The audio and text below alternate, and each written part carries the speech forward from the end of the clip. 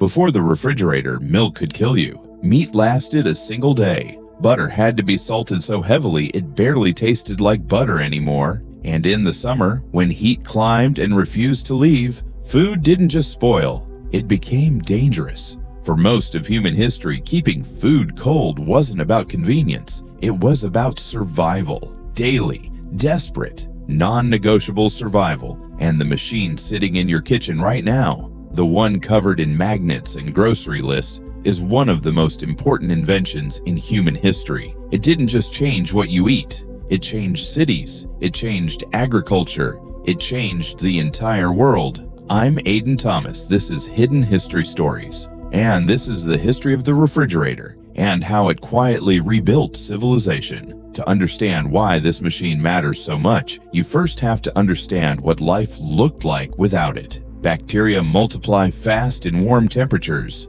They always have.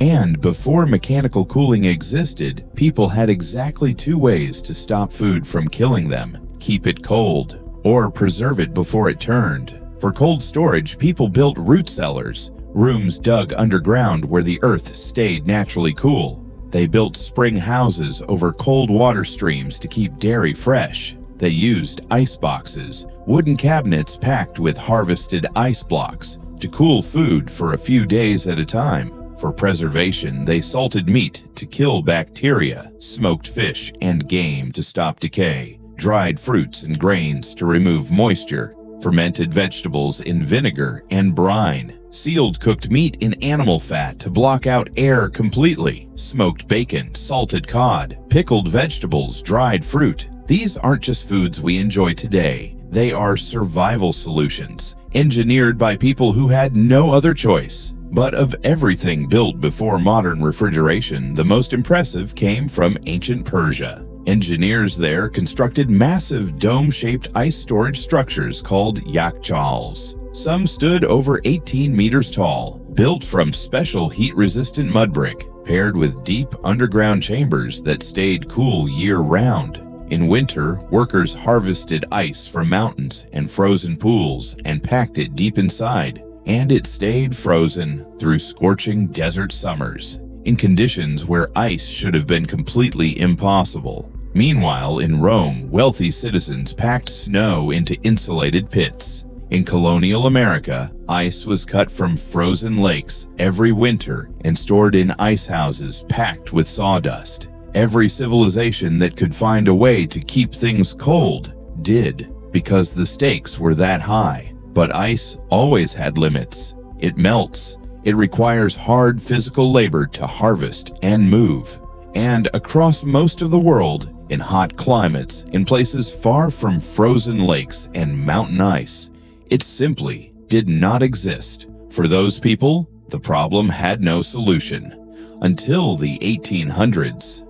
In early 19th century Boston, an entrepreneur named Frederick Tudor saw something no one else noticed. Ships sailing from Boston to the Caribbean came back empty, which meant return cargo space was essentially free. And sawdust, waste product from New England lumber mills, cost absolutely nothing. His idea was laughed at by everyone who heard it. Ship ice to the tropics, harvest it from frozen New England lakes every winter, pack it in sawdust, load it onto those empty ships, sell it to places where ice had never existed in living memory. People called him a fool, then it worked. Tudor built ice houses on the same principle as the ancient Persian Yakhchals, deep, insulated, designed to keep ice frozen far longer than anyone believed possible. He developed efficient harvesting tools. He built a global shipping operation from nothing. By the mid-1800s, he was sending frozen lake ice to Cuba, to India, to South America. He became known as the Ice King, and his trade changed middle-class life completely. Ice boxes became standard in homes that could afford them. A wooden cabinet with zinc lining, sawdust insulation, and a block of ice inside. Simple, effective, and still dependent on one thing: the ice delivery. If the delivery was late, or the summer was brutal, even the best icebox failed. The real breakthrough wouldn't come from ice. It would come from chemistry. The science of mechanical refrigeration is surprisingly simple. When a liquid evaporates, it absorbs heat from everything around it.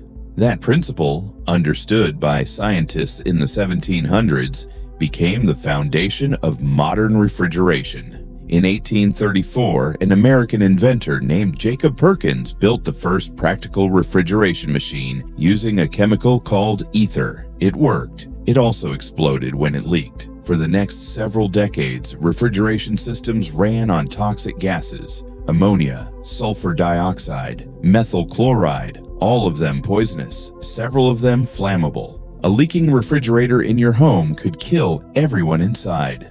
Fatal accidents happened in real home.